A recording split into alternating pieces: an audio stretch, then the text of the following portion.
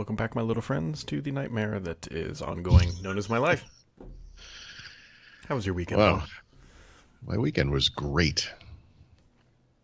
Tell us more. Explicitly, why was it great?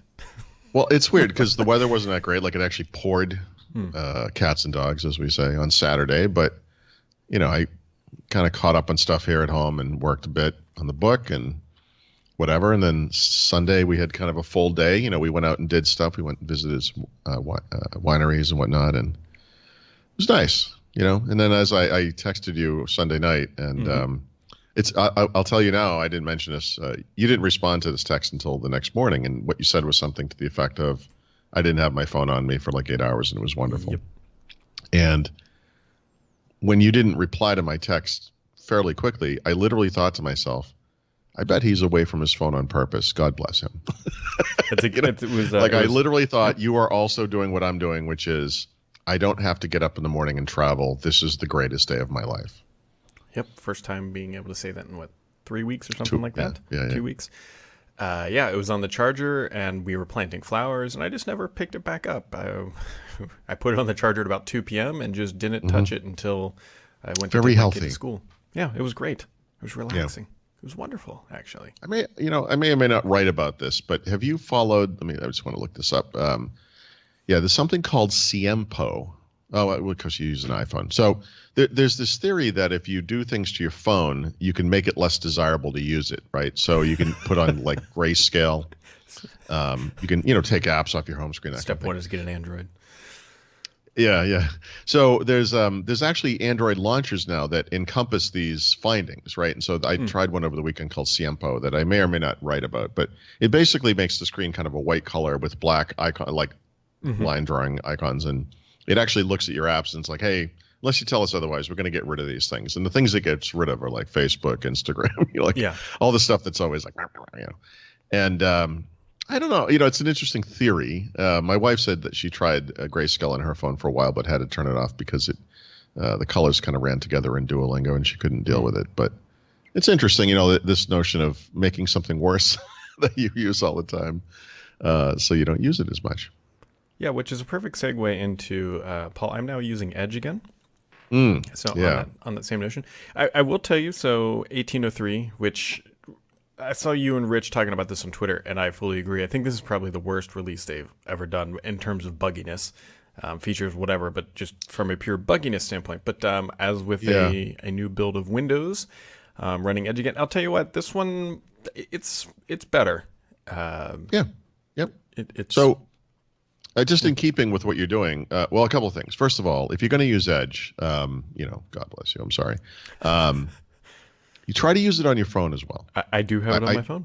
I think that cross-integration is where Edge starts to make some sense. Which I've already run into a couple issues, as is tradition with all this stuff. Yeah. My passwords weren't syncing.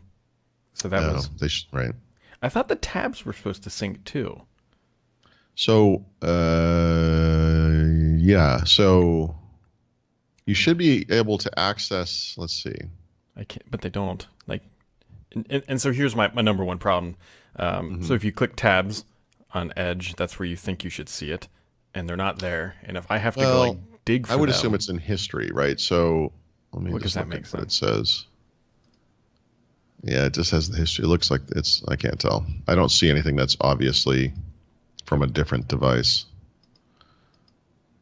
I mean, if you save tabs explicitly, right, or set them aside, those may or may not sync across devices. If they don't, I'm sure they will at some point. They've actually improved that kind of stuff a lot.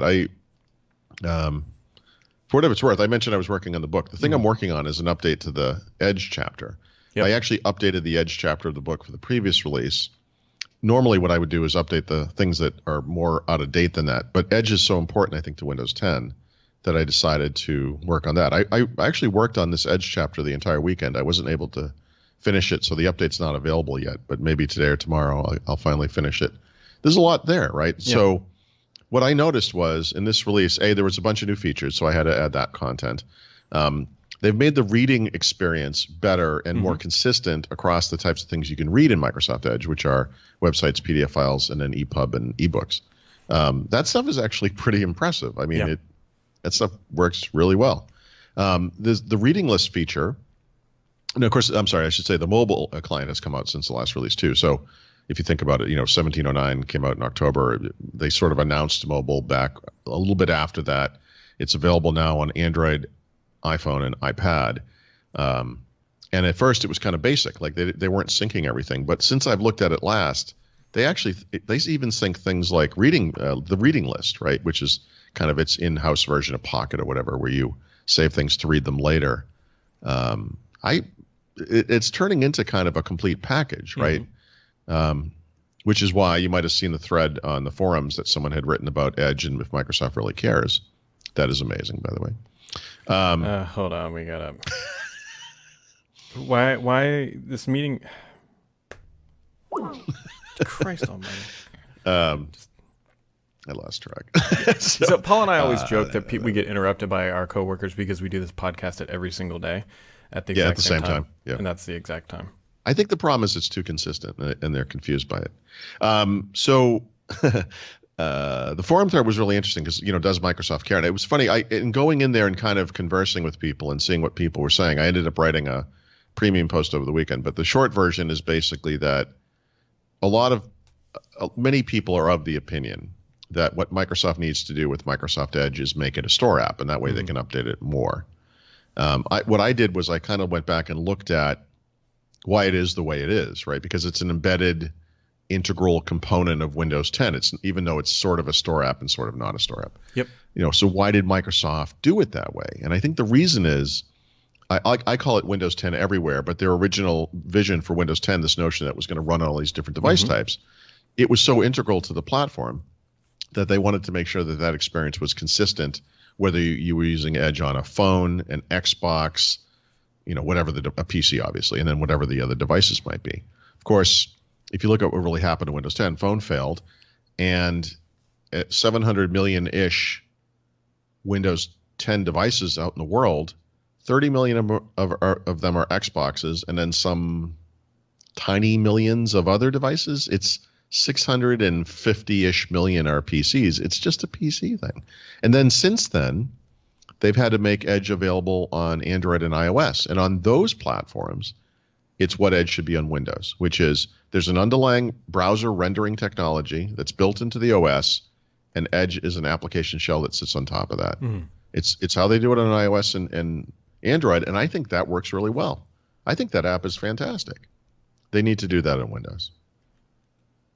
Yeah, I'm trying to figure out why my passwords aren't syncing, because you have slightly more basic problems than yes, I'm than looking the at architectural integrity of the system. Inside of Windows 10, it's actually turned on a password sync because I just tried to log into Thurrott.com and it's like, please enter your password. I'm like, well, I'm already logged in Edge as I'm looking at Edge on this computer right here. Do you have so I don't I've been using it over the weekend, so I don't usually use it, but have you looked at I'm looking now to see if it's even possible, because there is, you can manage, have you gone into the saved passwords list to see if your passwords are there? Yeah, they are, because I just did it again. I logged out of Thurrott.com and then I clicked the login button.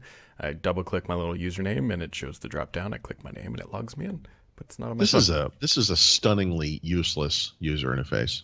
Yeah. It is really bad. You can't even filter it, because if you have a million passwords saved like I do, you just have to scroll through the list until you think you find where it might be. And it has passwords that are from the ancient past. Well, you are also from the ancient past, Paul. Wow. I'm just throwing out the obvious. But anyway, so I'm going to run with Edge for a little bit. And so far, it's honestly fine. There's a couple, they've fixed some of the little things, like the context menu where you couldn't save a picture and other random things. It's getting there. The thing that worries me, and maybe I might just write this up as a separate post, is that Edge will get 2 updates this year, and Chrome will get about, 8? So. Yeah. And Chrome is already in a much better place than Edge, which is the fundamental issue here, right? Yep. That tying the development of the browser to the development of Windows doesn't make sense from a user experience or feature standpoint. From a browser rendering engine, It's a little better, although I'm sure Edge is, again, that part of it, Chrome rather, is probably updated more frequently than that part of Edge is too. It's just, I just feel, don't you feel like this is the case with a lot of things with Microsoft, right? Windows Phone is obviously the famous recent example, but before that, there were things like Media Center and Zune, and you kind of just go down the list, and you get this thing where people actually really like it. They don't understand why it's not doing better than it is. There's this feeling that Microsoft isn't doing everything they could be doing. And then, you kind of move into the Windows 10 era, and you have things like Cortana. Yeah. And Edge. And what are you guys doing? Like, at what point does this thing surge forward? And it has like 4% usage share. It's not great. Yeah. And things talking about Cortana, it is about to become a backseat passenger on its own platform because Alexa is. Oh, I shouldn't have said that. Stop. Sorry, everybody. Yes, apologies. You said the A word. Yep. Is now coming to more Windows 10 PCs. Is that correct, Mr. Paul Thurrott? Yeah, we had seen news of this happening at CES. There's a group of 4 of the biggest PC makers in the world, and I think it's Asus, Lenovo, Acer, and HP have all agreed to put Amazon's digital assistant on their PCs. Acer announced today that they'll be the first to have it across their entire portfolio of notebook computers this year. And they're rolling it out pretty quick. This is fairly stunning when you think about it, because Windows 10 comes with an assistant and it's free. Like, you just get it. There's no additional cost, to PC makers.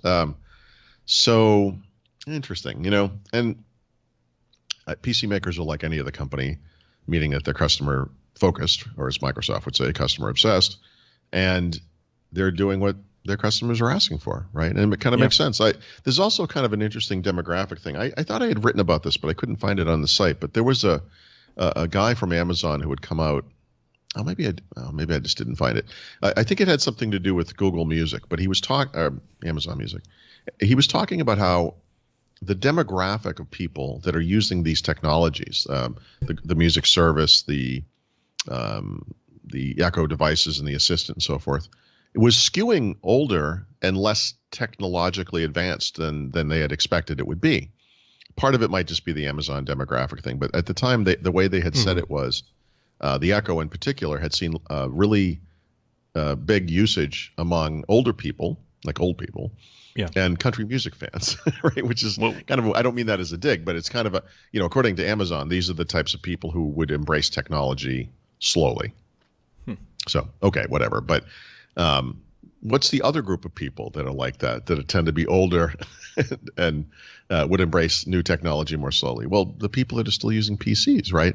I mean, obviously, there are people who are just, executives or business people or whatever, and they need computers, whatever they're doing.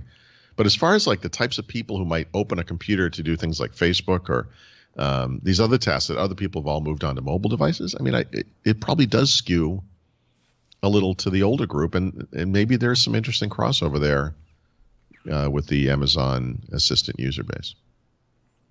Yeah, the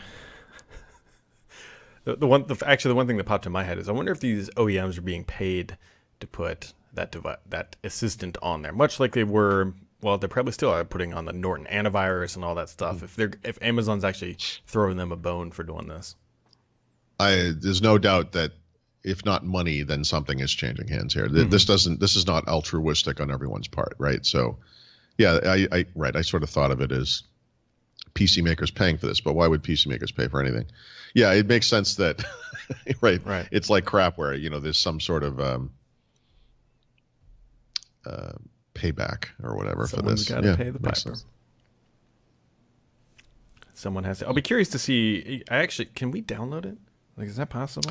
I don't think so. I went to the Amazon site and looked at they have a page about this. If you look up Alexa for PC, there's a page on Amazon.com describing it and how it's coming soon from all these PC makers. But it doesn't provide a way to download it. Obviously, they're going to do that eventually. Yeah, because I would actually like to try it. The one thing that would find hilarious is if this digital assistant could actually search the PC, because if you've ever used the search in Windows, it is hot garbage. They're trying to make it better, but apparently the Bing team does not talk to the Windows team anymore. They must be fighting over an ex-girlfriend or something, because the search is it's terrible. Well, but I mean, you know enough about Microsoft today to sort of understand that on the record, the way these guys would describe what's happening is this is perfectly okay if this is what our customers want. We don't care. We like to work with everybody. We're all partners, and we're working with Amazon. It's all good. And yeah. And while he's saying that, I think he's like digging a grave over there in the corner for like Cortana. Like nobody. I just think this thing. I don't know. Mary Jo recently interviewed the guy who runs Cortana now, and as somebody pointed out on Twitter, which I completely agree with, if you read the way this guy describes Cortana and how it's shifting a little bit, it reads a lot by like, the final days of Windows Phone. It's like, oh no, everything's fine. We're committed to the phone space. And then 2 days later, there's like a massive $15 billion write-down, and they lay off like 11,000 people. It just kind of has that fall of the Third Reich feel to it. It's just like, oh no, everything's fine. Or Baghdad Bob, remember that guy? The bombs were falling over Baghdad. He's like, everything's fine. Everything's fine. It just has that vibe. Yeah, all I'm saying is that if we have to hold a Cortana funeral in Redmond, I'm charging Microsoft for the extra baggage I'm going to need to carry this Invoke up there. What does the Amazon Assistant look like? We would need someone to, I don't know, maybe we could do like a blue Cortana circle, but do it as a bullseye. Just have like an arrow sticking out of it. I don't know. Paul, I'm going to mutter a sentence that I don't think has ever been muttered in all of humanity. Okay. Paul, I don't even know how to phrase this. Paul, I'm just going to come out and say it. Mixed reality is coming to SharePoint, and who wanted this? I don't get it. I know. Are you familiar? There was a Michael Crichton book. It probably came out in the late 80s. It could have been the early 90s, but it was called Disclosure. And it was made into a fairly famous movie with Michael Douglas and Demi Moore. And what it was really about was like a kind of a workplace sexual advance thing, but they reversed it so that it was the woman making the advance, and that made it weird. Whatever. But the thing about that story that fascinated me at the time was the company that the woman worked for, which was a high-tech firm, and it was kind of modeled after Silicon Valley companies at the time, had this technology where you basically, it was VR, and you put on a headset, I guess, I don't remember that part of it, but you would walk through a virtual library, and it was a visual representation of data. In other words, if you think about how a computer stores things, if you could have like books on your hard drive or whatever it might be, in the virtual environment, these things would be books in a library. You kind of walk and open the book, and you could look stuff up. And part of the drama of the movie is he's in there trying to quickly find something, while in real life they're trying to find him so they can kill him, but he has the evidence that whatever it is. So every time I see something like that's what I always think of, is this kind of thing. And yeah. I think in the 1990s or whenever that story came out, this seemed futuristic and awesome. And now when it's finally happening, it just seems stupid and pointless. Yeah, to me, so does that make sense? Yeah, actually, at Build, I did a demo. It's called SharePoint Spaces, and we walked through it. And I'll tell you, it's very easy to create a mixed reality experience using SharePoint and the data. And Microsoft will tell you that their customers have a petabyte of already 3D assets stored, and it's fine. Like, it works. It does exactly what they pitch it to do. But my problem is why? Because it works the exact same thing I put that headset on for, which again, $300 to $400 or whatever. You just say it's $200 if you buy them in bulk. Like, you're gonna have to outfit your entire team in these things, and it works. The problem is that it works just fine looking at your laptop screen. You can see three things in 3D. They model and look just fine on a 2D screen, except now you can walk around them. Yeah. I just don't think to me, honestly, what this feels like is that the corporate overlords said, hey, we got to infuse mixed reality into everything. And the SharePoint team's like, yeah, why? And they're like, no, you guys too. And they're like, ah, shit. And here we are.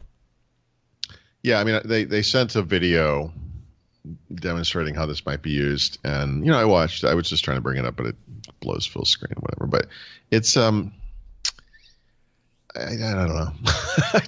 I mean, I don't. to me, what this No. is another way to view the same information, right? And so it's Hmm. fine. It's additive. You don't need Right. this. Like if you don't Right. have virtual reality, you don't actually miss out per se, right? And if you Well, I mean, do, I guess it's you not like you miss out on really the immersive miss part of out it. either But because as far as being able to access the data, it, I it's don't know. I give them credit for what they're doing, and it's again like you said, it's additive, so you don't miss anything out. If you don't want to use it, you don't. That's fine. I just I don't think anybody really wanted this, but that's me. Yeah, right. I mean, you know, when we were at Build, Mary Jo was saying that she liked how they had turned HoloLens into kind of a business tool, Hmm. and that kind of made sense for that product. That It does. you know, Yep. and but then I look at this and I think, okay, so Windows mixed reality, does this make sense in a business context? Are you going to have? I just don't understand the problem with mixed. Well, I mean, I get you could use it at your desk, right? So it kind of works in two modes. There's that. I don't know what the names are, but there's a version where you kind of plot out some space in a room Hmm. and you say, I can walk around in this space, and that gives you that kind of mobility element. Or you can just sit in your chair, which is probably how most people would use it in a business sense. And then you can navigate using, you just kind of leap forward through using the UI or whatever. I I don't. It seems like a lot of stuff. Like you need like a powerful computer. Hmm. It's got all these white, like the Predator, wire headset thing. It just seems like a lot of stuff.